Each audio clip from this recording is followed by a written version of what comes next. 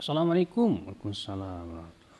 Ustadz, Dajjal itu individu atau kelompok ya? Individu mas, satu orang. Ya, kan sudah saya sebutin tadi kalau Dajjal itu sudah ada di zaman siapa? Rasul. Ya, dimana Dajjal itu sudah saya sebutkan tadi ciri-ciri fisiknya, rambutnya, bahkan di jidatnya ada tulisan kafaro, dan itu kata Rasulullah hanya bisa dibaca oleh orang-orang yang muslim saja. Yang tidak beriman gak bisa baca. Ya, dari satu orang, tapi dia punya pasukan Yahudi ini dan beberapa pengikut-pengikut yang sudah kita sebutkan tadi ya, akan Islam.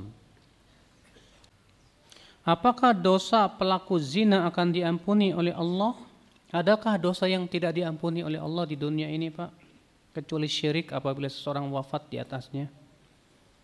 Semua dosa apabila seseorang bertaubat kepada Allah pasti diampuni, termasuk syirik. Ya. Asal kita bertaubat. Makanya kan Allah mengatakan, ya, Allah Subhanahu wa taala mengatakan dalam dalam hadis Nabi sallallahu alaihi wasallam, Allah berfirman, "Ya ibna Adam, law balagat dhunubuka ananas sama, thumma astaghfartani, ghafartu lak." Hai anak Adam, kalaulah dosamu itu memenuhi awang-awang, kemudian kamu minta ampun kepadaku, pasti aku akan ampuni dosamu. Pasti. Makanya nggak ada dosa ini Pak yang tidak diampuni oleh Allah apabila seseorang bertaubat. Semua dosa pasti diampuni oleh Allah Subhanahu. Ya, baik pemakan riba, bahkan orang yang berbuat syirik pun juga ketika ia bertaubat kepada Allah, Allah ampuni dosa-dosa dia. Ya. Ada yang mengatakan tentang sisa umur dunia dari sekarang sampai terjadinya hari kiamat. Ketahuilah akhi, semua riwayat dan hadis yang menyebutkan tentang umur dunia semuanya palsu. Tidak ada yang benar. Bagaimana? Bukankah malaikat Jibril bertanya kepada Rasulullah, "Mata sa'ah?" Kapan hari kiamat terjadi? Apa kata Rasulullah? "Mal mas'ulu anha bi'a'lama minas sa'il." Tidaklah yang ditanya lebih tahu daripada yang bertanya. Dua-duanya nggak tahu. Iya. Maka dari itu, ya, semua hadis yang menyebutkan tentang umur dunia palsu kata para ulama.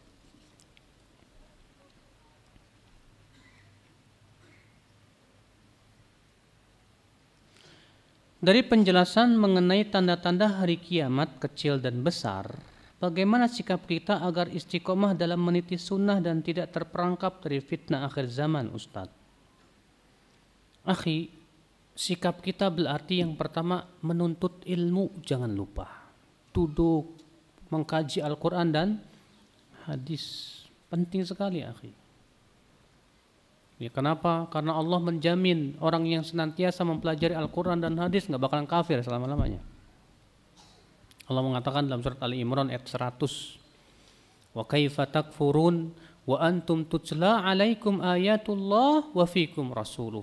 Bagaimana kalian akan menjadi kafir, kata Allah, sementara kalian terus-menerus dibacakan ayat-ayat Allah dan pada diri kalian ada Rasulnya. Lihat di sini Allah menjamin bahwa orang yang senantiasa mempelajari Al-Quran dan hadis tak akan pernah kafir. Tapi ingat Pak, di zaman fitnah seperti ini kita harus ekstra ketat dalam memilih guru.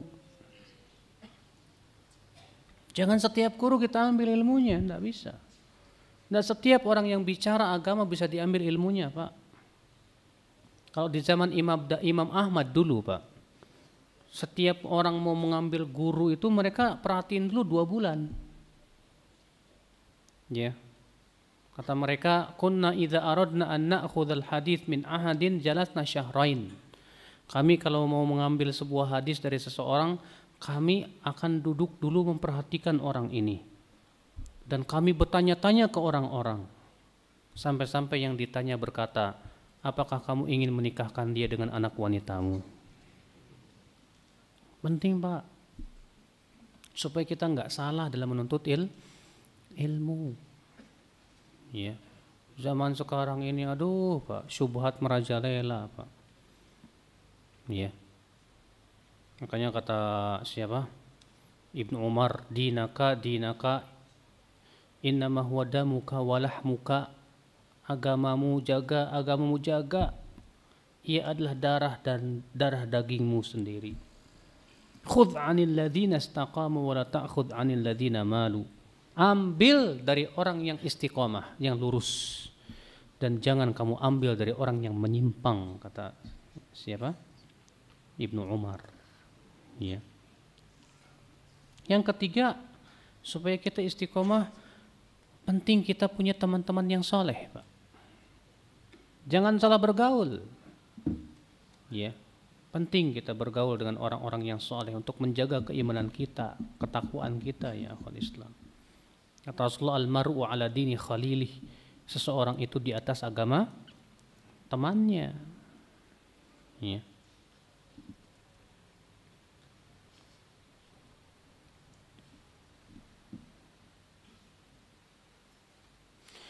Berilmu itu seperti apa sih Ustadz? Ya, berilmu itu artinya kita menguasai suatu perkara dengan dalil-dalilnya. Itu berilmu. Kalau antum belajar tentang wudhu dengan dalil-dalilnya, kemudian antum kuasai, berarti antum sudah berilmu tentang wudhu. Tapi kalau antum cuma tahu tata caranya, tapi nggak tahu dalilnya, belum berilmu disebut. Itu namanya baru ngikut-ikutan. Itu namanya taklid. Ya. Disebut berilmu kalau kita sudah tahu dalilnya dan kita sudah menguasainya. Itu berilmu namanya, Pak. Bagaimana seseorang yang berilmu sedikit untuk menjelaskan sesuatu kepada yang belum berilmu? Apakah harus kita mengajak orang yang tidak berilmu tadi ke orang yang berilmu? Atau menjelaskan kepada mereka yang kita tahu saja? Iya. Kalau memang kita sudah tahu dan betul-betul menguasai satu permasalahan itu, sebatas itu saja jelaskan kepada dia. Adapun yang kita belum kuasai, belum kita ketahui, maka rujuklah kepada para ahli ilmu. Ya, tidak boleh dia kemudian memaksa-maksakan diri berbicara dalam perkara yang tidak kuasai. Apa benar Ustadz hari Jumat itu terjadinya hari kiamat itu terjadi hari Jumat tanggal 10 Asyura? Waduh. Rasulullah hanya mengabarkan hari kiamat itu hari Jumat dah. Jumat yang mana enggak tahu. Iya, apakah 10 Asyura atau 10 Legi atau 10 Kliwon? Enggak paham. Enggak ada keterangannya dari Rasulullah SAW. Rasulullah hanya mengabarkan bahwa hari kiamat terjadi di hari Jumat, dah selesai.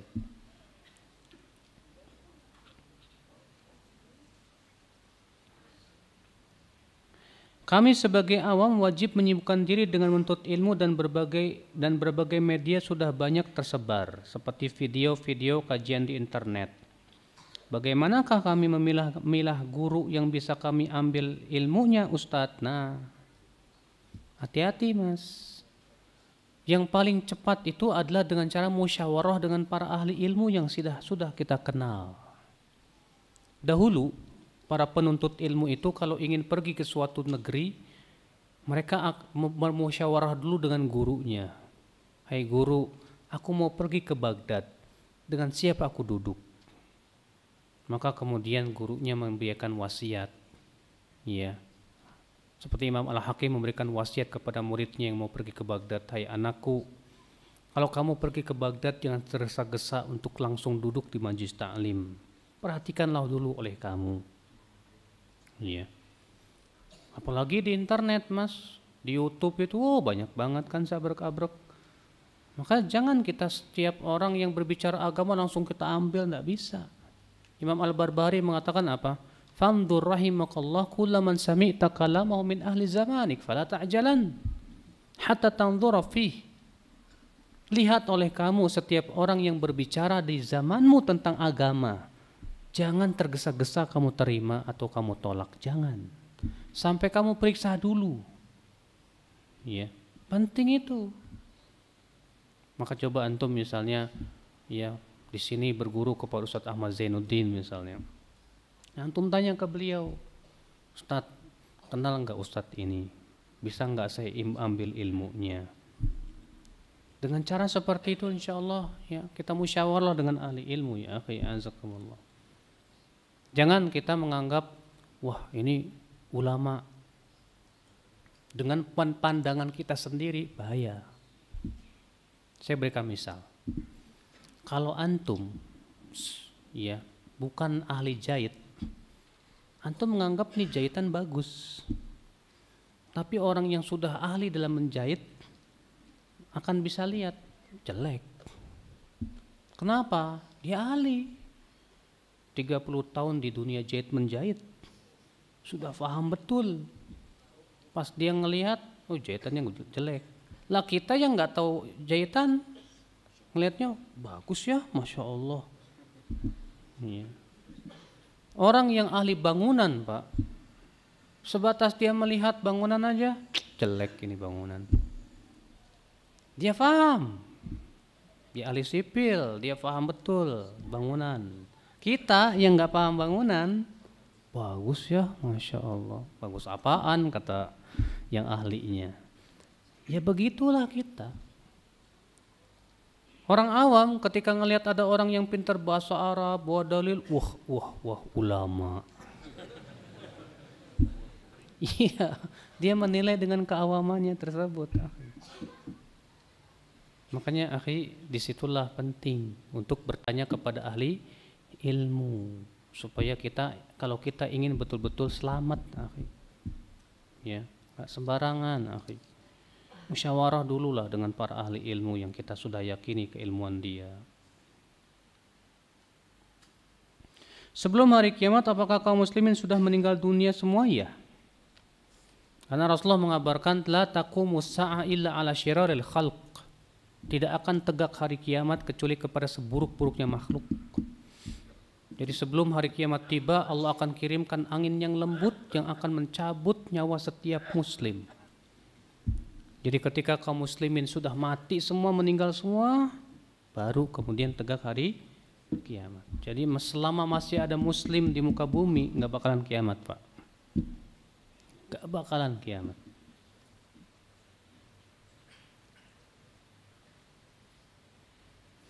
Tentang ciri fisik Ya'juj dan Ma'juj itu gimana ya Ustadz ya? Apakah punya kekuatan khusus? Kata Rasulullah, Ya'juj dan Ma'juj itu sigharul a'yun, matanya sipit. Ya. Matanya apa? Sipit. Kemudian wajahnya itu ka'annah majan mutraqah, seperti tameng, seperti apa? Kayak perisai.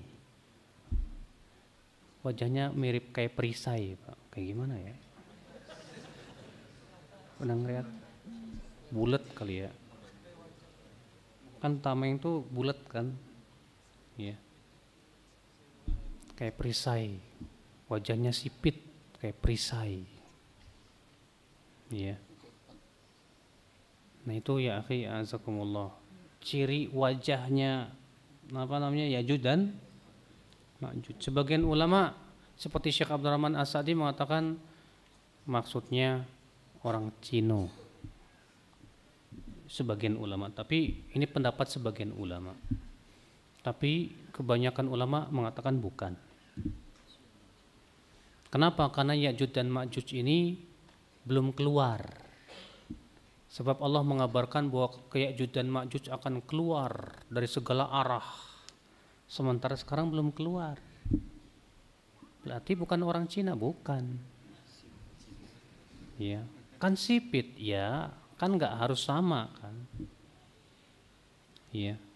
Kenapa Syekh Abdurrahman As-Sa'di mengatakan bahwa Ya'juj dan Ma'juj itu ya orang Cina itu, kata beliau, karena Allah mengatakan wa tarakna ba'dahum yawma idzi yamuju fi ba'd, dan kami biarkan sebagian mereka ya bercampur dengan yang lain. Berarti gaul, berarti Ya'juj dan Ma'juj akan bercampur dengan manusia yang lain. Iya. Nah, zaman sekarang Allahu a'lam, yang jelas ya, yang rajih wallahu a'lam pendapat jumhur bahwa Ya'juj dan Ma'juj belum keluar. Kenapa? Karena dalam hadis mengatakan bahwa Ya'juj dan Ma'juj terus membolongi apa? Radm itu ya, bendungan itu yang dibangun oleh siapa? Dzulqarnain itu. Setiap kali mau bolong mereka mengatakan, ayo kita balik lagi besok. Ternyata kuat lagi. Sampai suatu hari kata Rasulullah, mereka ketika telah mulai membolongi dan hari sudah sore, mereka berkata, ayo kita bolongi lagi kita besok insya Allah. Dia mereka mengucapkan insya. Akhirnya ternyata berhasil dibolongi keluar. Berarti berdasarkan hadis itu Ya'juj dan Ma'juj belum keluar, belum. Iya. Dan sebagian ulama mengatakan Ya'juj dan Ma'juj itu dua qabilah. Qabilah Ya'juj dan qabilah Ma'juj. Iya. Dan mereka pasukan yang nggak bisa kalah, Pak. Rasulullah mengatakan mereka pasukan yang tidak mungkin kalah. Sehebat apapun, antum punya kungfu apapun kalah. Ya. Karena kuat sekali mereka itu. Ya'juj dan Ma'juj itu. Apakah saya harus mengikuti larangan orang tua untuk memelihara janggut? Jangan ikuti, Mas. Bilang ke dia, Pak, Bapak enggak bangga saya ngikutin Rasul. Enggak, pokoknya jenggot tuh teroris, berarti Rasul teroris dong. Rasulullah kok berjenggot? Ya, masa saya enggak boleh ngikutin Rasul, Pak? Jelaskan dulu sama orang tua. Bawakan dalilnya nih, Rasulullah berjenggot, para sahabat berjenggot. Iya. Bawakan lagi bukti-bukti ilmiah zaman sekarang. Ternyata jenggot itu Masya Allah manfaatnya besar untuk kesehatan. Iya.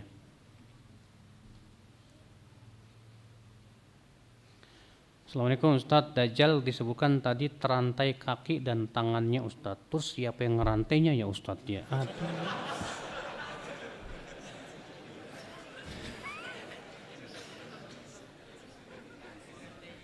Mas, yang kayak ginian gak usah tanyain, Mas. Sama aja gini, Ustadz, itu Ashabul Kahfi itu kan 7 orang 8-nya anjing. Anjingnya anjing apa ya Ustadz? Kan bingung kita.